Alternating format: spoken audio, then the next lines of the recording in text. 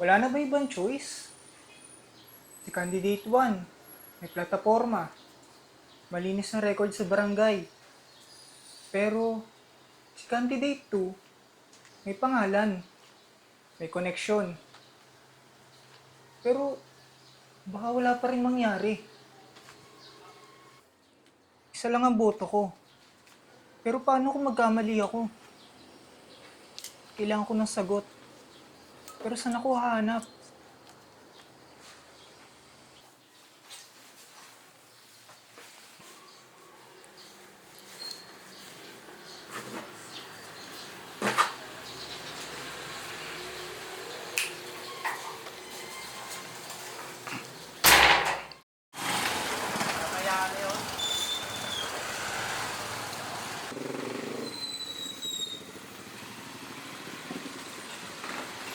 Pare, medyo malungkot ka yata.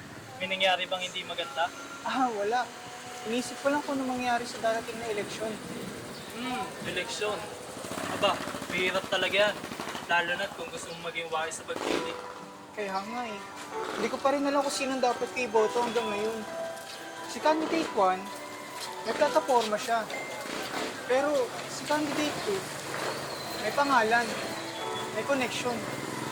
Pero baka wala pa rin magbago.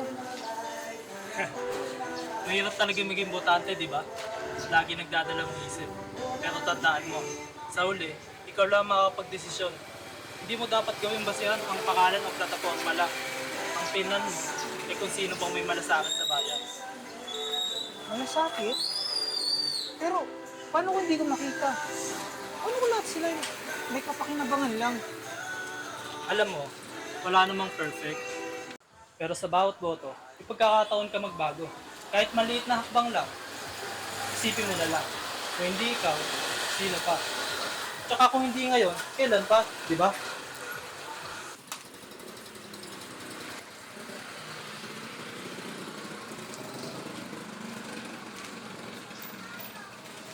Kung hindi ako, sino pa nga ba? Kung hindi ngayon, kailan pa?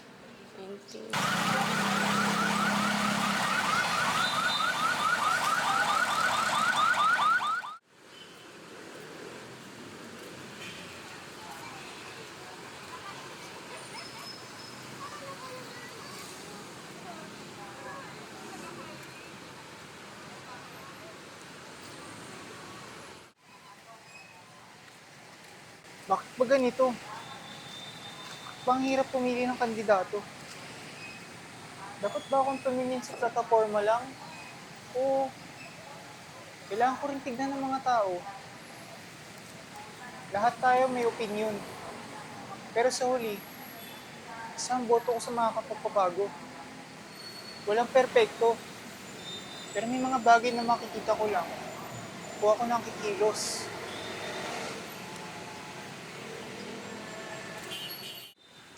Hindi kailangan maging perpekto. Basta't may malasakit sa bayan. Siguro, siguro doon ko dapat hanapin ang sagot.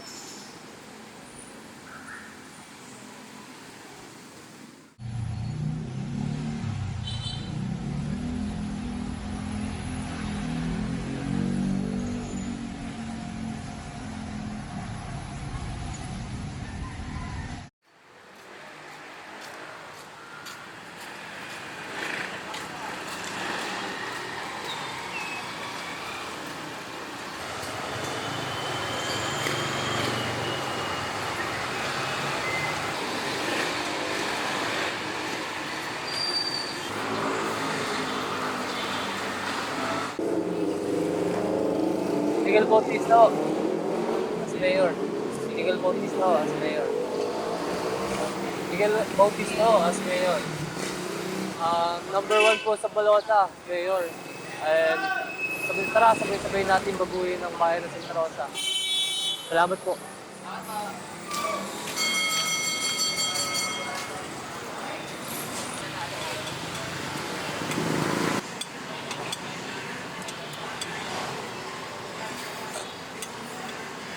Sir, magandang hapon po.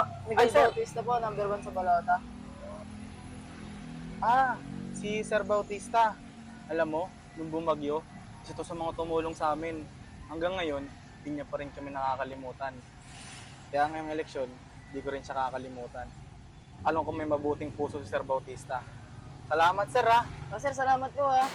Oo, sir, akong bahala, sir. Salamat. Salamat din, sir. Magandang araw sa inyong lahat, minamahal kong mamamayan ng Santa Rosa. Botohan na naman. Nakapili na ba kayong lahat? Di pa. Isa lang ang masasabi ko sa inyong lahat. Huwag na huwag tayo basta-basta boboto. Kung tayo ay boboto, gumamit tayo ng kritikal na kaisipan. Kilalanin natin at siguraduhin natin ang nararapat. Ang pagbabago ay hindi mangyayari kung tayo ay mag-aantay lamang. Magsimula tayo sa maliit na hakbang. Magkaisa at magtulungan tayo upang magkaroon tayo ng maginhawa at maliwanag na kinabukasan. Hindi ko maipapangako ang madali, pero ipaglalabang ko ang kailangan. Yun lamang po at maraming salamat. Ako nga pala si Miguel Bautista, ang tumatakbong mayor dito sa lungsod ng Santa Rosa. Maraming salamat.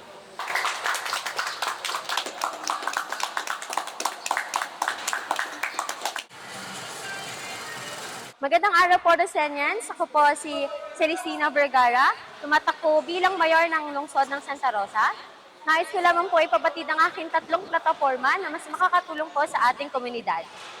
Ang unang plataforma ko pong inilulunsad ay para sa ating masisipag na kolehiyo na nag-aaral. Bibigyan po natin sila ng scholarship na para makatapos po sila sa kanilang mga kurso.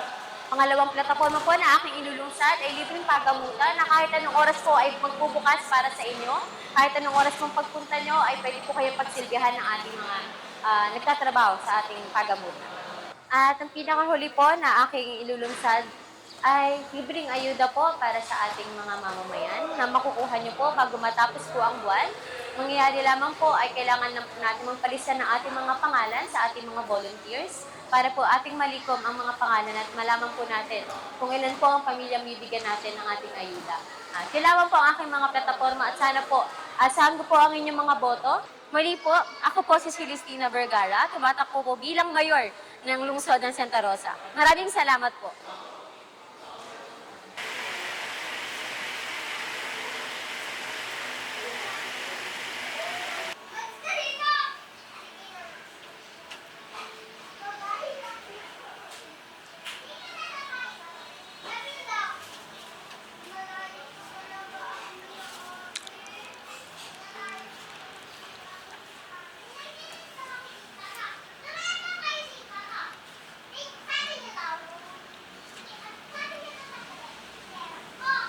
Kay candidate number 2 naman, mas kilala.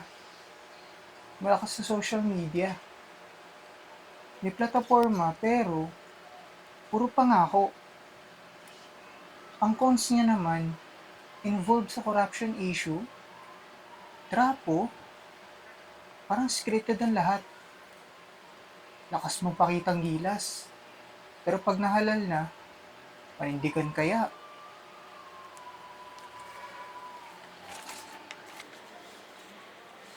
Si candidate number 1 naman, tahimik lang. Consistent. Hindi kilala, pero may gawa. May grassroots project. Simple, hindi nagpapabida. May record ng pagtulong kahit walang kamera. Pero, hindi siya kilala. Walang budget. Kaya bang manalo?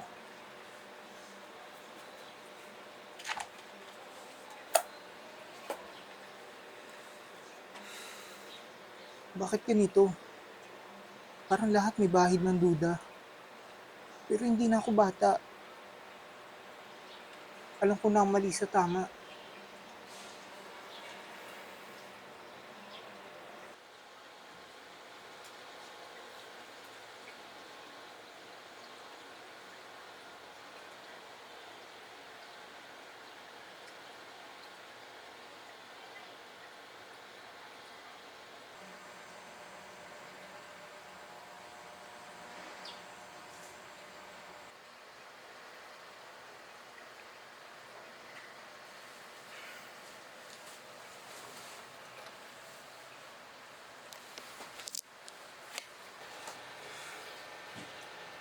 Bukas na. Huling araw na para mag-isip.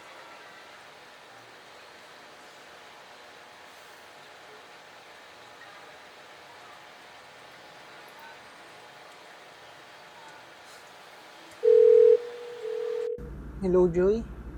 Uy, Lino, parang kinakabahan ka. Sobra. Bigat-bigat ang pakiramdam ko. Parang isang maling boto lang. Wala na. Lahat naman tayo natatakot. Pero di mo kailangan maging eksperto. Ang tanong lang, sinong kaya mong panindigan? Ang tahimik ng kwarto. Pero ang ingay ng isip ko. Ganyan talaga. Pero tignan mo na lang yung mga taong walang boses. Baka yung boto mo, maging boses nila. Salamat, Joy. Kailangan ko marinig yan ngayon.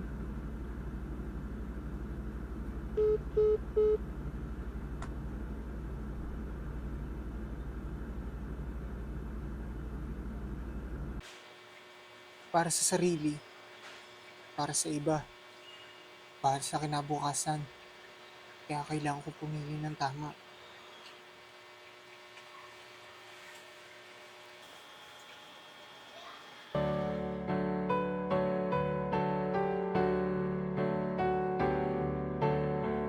Pumili na ako.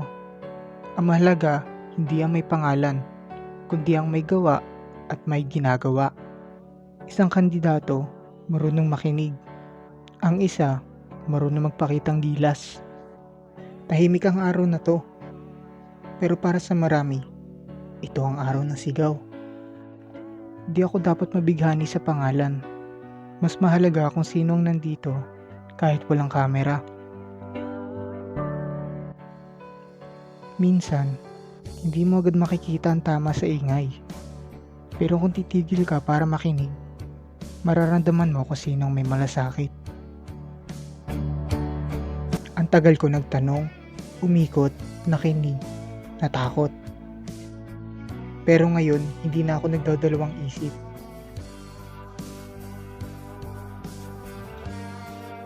Hindi ito perpektong boto. Hindi rin ito ang solusyon sa lahat. Pero ito ang simula ng paninindigan.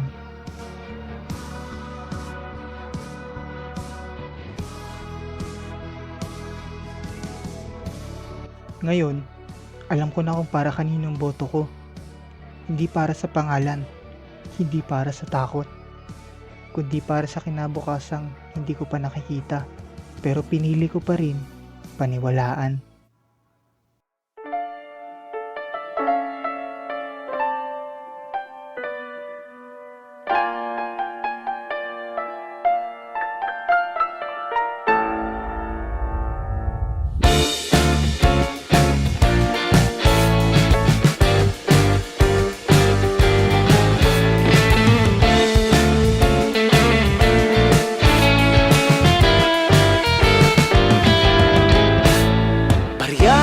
Barya lang po sa umaga. Anya ni Kaloy na habang buhay ng mamamasada. Usog, mausok, wag magtulakan, wag maghilaan, lahat mabibigyan.